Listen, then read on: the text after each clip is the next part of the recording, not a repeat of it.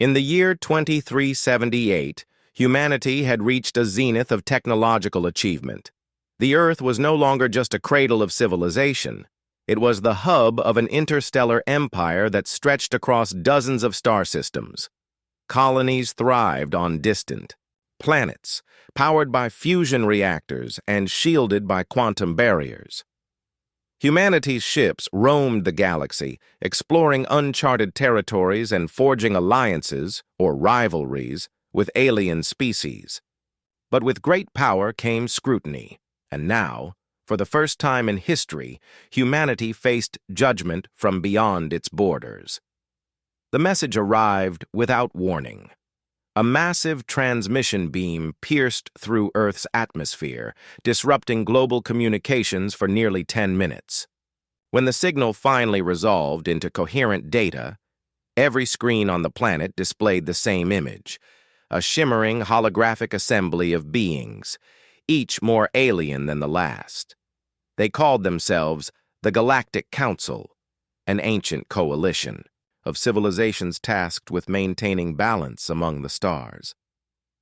At the center of the council stood a towering figure known as Kael'tharian, a being of crystalline structure whose voice resonated like chimes in a storm. "To the people of Earth," Kael'tharian began, his words translated seamlessly into thousands of human languages. "You have been observed. Your actions have consequences not only for your world, but for the cosmos at large." Humanity listened, intently, though reactions varied wildly. Some saw this as an opportunity to join the galactic stage as equals. Others feared it was the prelude to invasion or subjugation. The Council's words were stern yet measured. "You possess technologies capable of reshaping worlds, yet you squander them on war and greed. You exploit resources without regard for sustainability, poisoning ecosystems both terrestrial and extraterrestrial. And now, you encroach upon sacred territories, disrupting millennia-old agreements between species. This cannot continue." Kael'tharian paused, allowing the weight of his words to settle. "We issue this final warning. Cease your reckless expansion or face consequences far beyond your comprehension. Comply within one solar cycle or suffer the judgment of the stars." With that, the transmission ended, leaving humanity stunned.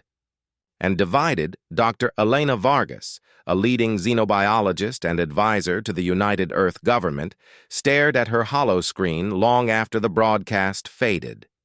She sat in her dimly lit office aboard the orbital research station Aurora, surrounded by floating displays of alien flora and fauna she had spent years studying. For her, the Council's message was both terrifying and exhilarating. "They're not wrong," she muttered to herself, scrolling through reports of mining operations on Proxima Centauri B that had devastated native microbial life, or the militarized outposts near the edge of Zeta Reticuli, where tensions with the insectoid Xylari had escalated dangerously. Humanity's rise had been meteoric, but it had also been chaotic. Her thoughts were interrupted by a knock at the door.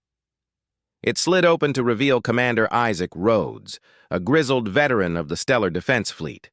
His expression was grim. "Elena, we need your perspective," he said, stepping inside. "The Council's ultimatum has everyone rattled. The Joint Chiefs want options. Diplomatic, military, anything." Elena sighed, leaning back in her chair. "Isaac, they're right about us. We've acted like children playing with matches, thinking we can't get burned. If we don't change course, they might actually follow through on their threat." Rhodes frowned. "You think they'd wipe us out? After all we've accomplished?" "They didn't become the guardians of the galaxy by being lenient," Elena replied. "But maybe there's another way. What if we use this as a chance to prove ourselves, to show them we're worth keeping around?" Rhodes raised an eyebrow. "How do you propose we do that?" Elena hesitated, then smiled faintly. "By doing what humans do best, adapting. Let me draft a proposal." 3 weeks later, representatives from Earth convened aboard the diplomatic vessel Unity, which hovered near Saturn's rings. The ship was equipped with state-of-the-art translation systems and cultural simulators designed to bridge the gap between species. Elena stood at the forefront of the delegation, flanked by scientists, diplomats, and even a few artists. Behind them loomed the silent bulk of the fleet, ready to defend or attack at a moment's notice. When the Council reappeared via hologram, their expressions, or what passed for expressions, remained inscrutable. Caltharion addressed the humans once more. "You have chosen to respond. Speak." Elena stepped forward, her heart pounding. "Esteemed members of the Galactic Council, I am Dr. Elena Vargas, representing the people of Earth. We acknowledge your concerns and accept responsibility for our past transgressions. However, we believe redemption is possible." She gestured to a series of holographic projections that materialized around her. One showed redesigned terraforming protocols that prioritized coexistence with native ecosystems. Another depicted plans for a shared resource economy aimed at reducing waste and conflict. The final projection was perhaps the most daring. A proposal to establish a joint research initiative between humanity and the Council's member species, focusing on sustainable technologies. "We are young, yes, and we have made mistakes," Elena continued. "But we are eager to learn. Give us a chance to grow. Not as conquerors, but as stewards of the galaxy." The Council members exchanged glances, or equivalent gestures, before Caltharion spoke again. "Your proposal is intriguing, unprecedented even. Few civilizations have shown such willingness to adapt when faced with extinction." Elena held her breath. "Very well," Caltharion declared. "We will grant you one additional solar cycle to demonstrate your commitment. Should you succeed, you may earn a place among the stars. Fail, and the consequences shall be swift and absolute." As the holograms faded, the room erupted into murmurs. Rhodes clapped Elena on the shoulder. "Well done," he said gruffly. "Now comes the hard part." Over the next year, humanity worked tirelessly to fulfill its promises. Terraforming projects were scaled back or modified to preserve local biodiversity. Mining operations adopted strict environmental regulations. Diplomatic envoys traveled to distant worlds, seeking common ground with wary alien neighbors. Most importantly, the Joint Research Initiative flourished, producing breakthroughs in energy efficiency and ecological restoration. But not everyone supported these changes. Corporations balked at the new restrictions, fearing losses in profit. Military leaders bristled at the reduction of armed forces, arguing that humanity remained vulnerable. Tensions simmered beneath the surface, threatening to undo all progress. Despite these challenges, Elena remained hopeful.